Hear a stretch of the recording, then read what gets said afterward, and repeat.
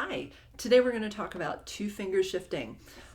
If you are shifting, for instance, from a B up to an F sharp, first position to third position on the A string, you'll be shifting from your first finger and to a third finger note.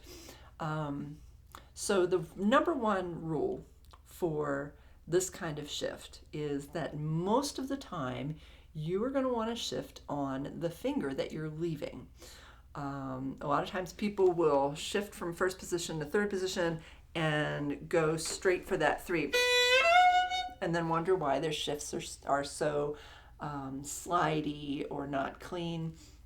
So the finger that's going to get you into the new position is the finger that you're leaving. Now, sometimes you'll want to be very expressive and you'll want that slide. And in that case, you'll shift on the new finger.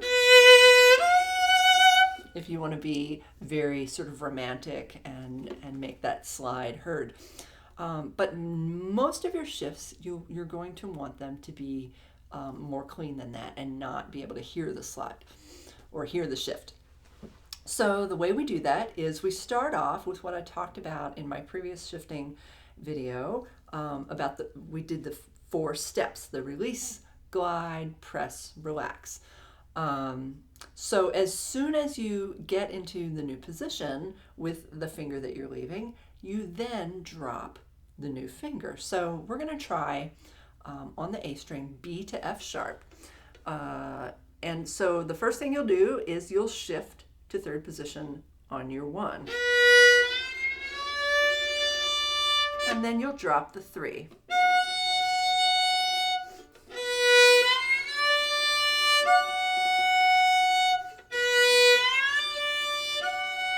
And then probably it's a good idea to practice shifting back down again.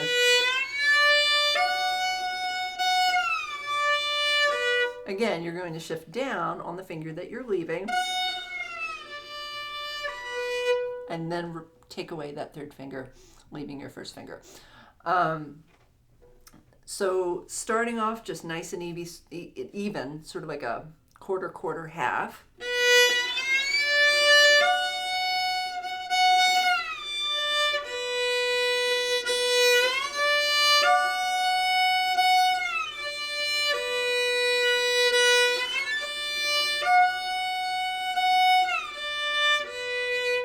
That's how you'll start. Now, we need to get rid of the D, right? Our first finger in third position. That note doesn't actually get played.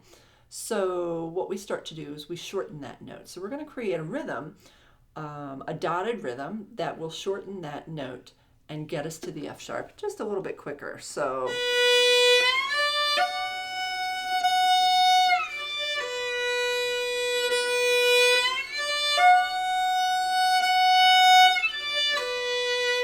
right? So you can do, sometimes I tell my students to do kind of a lazy dotted rhythm, the kind of dotted rhythm that conductors will yell at you for when you tripletize your dotted rhythms a little too much.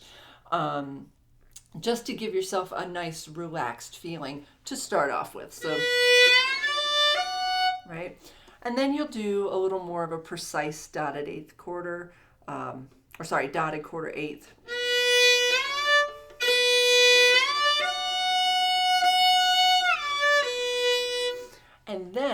And you'll do each one of these several times. I would say do, 8 or 10 or 12 or 16 or 20 repetitions of each one. However many until you start to feel really comfortable and that you're consistently very accurate in your pitches. And then you overdot. So you make it, instead of a dotted quarter eighth, it'll be like a double dotted quarter 16th.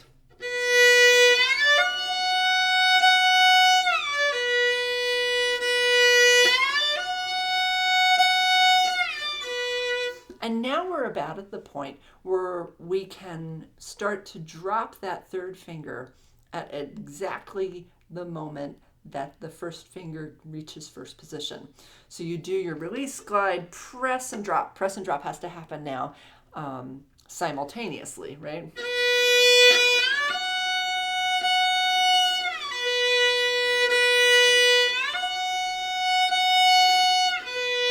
So now we've gotten rid of the D. Now, in order to make the shift as clean as possible and without any of that glissando sound, there are a few things that are really, really important. One is to make sure that you are really releasing. If the finger's still pressing into the fingerboard, you will definitely hear the glissando, right? But if you really, really release that pressure, you can almost get rid of it completely. The other thing to make sure of, and I probably should have said this in my previous video, was to make sure that you're keeping the bow sustained. If you try to mimic, or not even try, this is what the hands are going to want to do, kind of without you even telling them to. The right hand is going to want to imitate the left hand. So if the left hand is being really super light, the right hand is going to also lighten up. But we don't want that. We want to be super light in the left hand and sustain into the string with the right hand. Because if you're constantly releasing your bow pressure whenever you shift, especially on a slur, all of a sudden the sound will drop down to nothing, and you'll hear these sort of gaps in your sound instead of a nice, smooth, sustained phrase. So you want to really sort of scoop into the string with the bow.